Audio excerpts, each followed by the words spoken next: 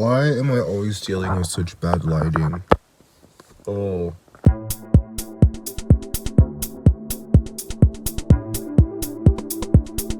Hey everyone, welcome back to my channel. I'm Carson. I'm telling you guys what it's like being allergic to practically everything. So basically, I'm allergic to shellfish, dairy, eggs, soy, gluten, sesame. I learned that one recently. Some of these allergens have been identified by a doctor. Others are allergens that I've noticed from changing the ways that I eat. For a while, I was mostly vegan, and that's when I learned that I was really allergic to soy and sesame, because a lot of the things that were normally happening, like when I was eating all those foods before, was I was getting like rashes, like my eczema was flaring up, and my throat would get really sore, and I would just like be more susceptible to getting sick, and I would just have low energy. Like I was like chronically fatigued. Once I started like being more selective of what I was putting in my body, I started realizing a lot of foods I was eating, I was having like an adverse, like allergic reaction to. Really sucks, because I was going like for 17 years eating like this. 17 years, guy. But my parents did not spend enough time with me to pay attention to notice that I was allergic to stuff. No hard feelings there. No resentment there. I'm an adult now, so what I eat is up to me. I have to be really mindful of what I eat. And when I'm staying at home, it's usually not too difficult. I do like make a lot of my own food at home. But when you're on the road, when you're traveling, particularly when you're traveling to other countries, it's just really difficult to not be exposed to at least one of the allergens. Like, for example, when I was 17, I was traveling through Europe with my mom, and we were in France, and we went down to Nice, which is in the south of France, to this nice coastal restaurant. I already knew I was allergic to gluten. I already knew I was a celiac before. But so I ordered a lobster ravioli pasta dish, thinking, okay, Ricky, you know, you're gonna be dealing with gluten and most likely eggs, so mentally prepare that, take the medicine that you had available, which was literally just an ibuprofen, guys, you know. But it's good to be mentally aware of it. Yeah. I was eating this dish, and I've always had seafood before, but then I started noticing like my throat started swelling up, and then all of a sudden my mouth like locked into place, and I just started like salivating uncontrollably.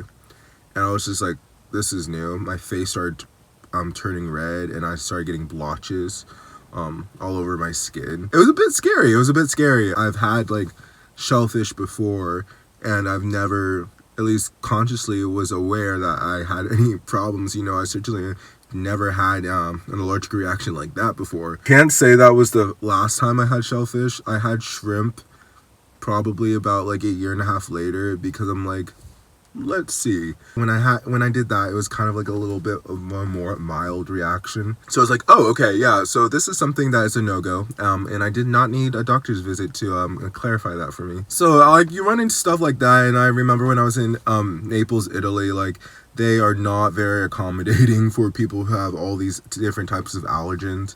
And so I usually had to just suck it up and like have gluten, particularly because I was like a poor uni student, so I couldn't really afford that much. So it was basically a heavy meat diet and fruits diet, and I did eat a lot of like pizza, just because it was €5 for like a whole pizza with like, it's like the best pizza in the world, you know?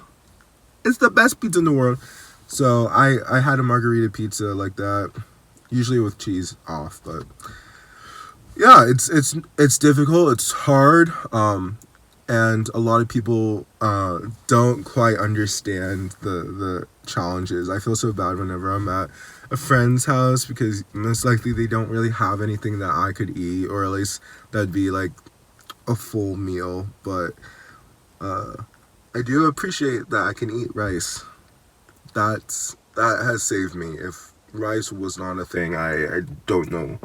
I don't know what I would do. Long story short, what I've learned about living with all these allergens, you need to be prepared. Like, for example, when I was driving from Washington DC all the way to Oregon, I had made 2 dozen muffins that I would be able to eat that didn't have any of the allergens, and so that acted like as literally like a food support lifeline on my travels. So if I really did find myself in places where there weren't any food, or like I was literally driving for hours and there's like no towns, that was like a stash I could dip into, and that lasted me about 5 days. Also, if you are in a place like a store that you're like, okay, I see this product and it's something that I can consume, you grab that right then and there, because you never know when you're going to come across it again.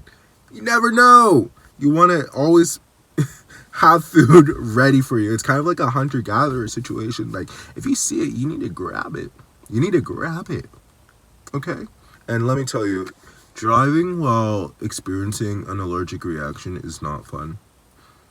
It really drains you. I don't think I needed to clarify that, but because I feel like it's kind of a given, but yeah. That's what it's like living with food allergies. It sucks, but also it makes me have to eat more healthy foods and less processed foods. Like, I can't really eat that much processed foods, which is good because I don't want to be getting any like cancers or any food related ailments because of how horrible the US food industry is. I know a lot of people criticize the US agricultural sector, and I do have something to say about that. It affects you more the less money you have. I'm fortunate enough that I grew up in Oregon, where we have a lot of organic foods. We have a strong agricultural sector. We are known for exporting our foods to countries all around the world, specifically in the Asian market. It's never been hard for me to come across like good food, clean food. Obviously it's not perfect because it's still in the belt of the US agricultural sector. That's unfortunate, but in America, the more money you have, the better you'll eat. I know a lot of people, specifically Europeans, will always dunk on how just messed up the US agriculture sector is, and it is. I feel like something that's being missed out of that narrative is the fact that Americans, like the average American, doesn't want this to be their reality, you know? It's the government who's failing us. It's legalized bribery that is allowing these corporations to literally get away with murder by poisoning our groundwater, our food, exploiting cheap labor, if not just blatant, migrant slave labor. There's a whole ecosystem of corruptness and just blatant disregard for human life. I think it's just really imperative that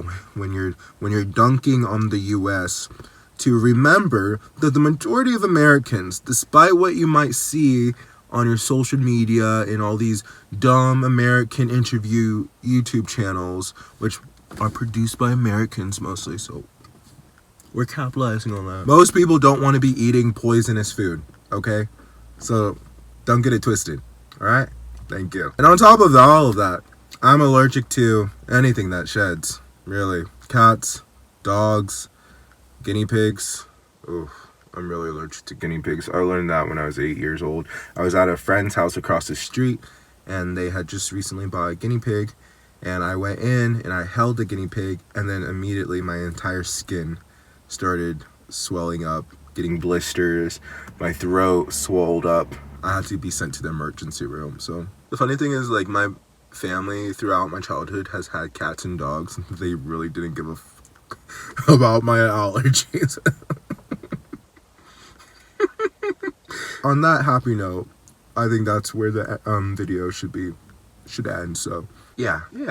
Anyway, guys, remember, I post new videos every single day. Make sure you smash that subscribe button, press the bell notification so you're notified for all future posts. And yeah, I'll see you guys later. Have a good one. Peace. Bye.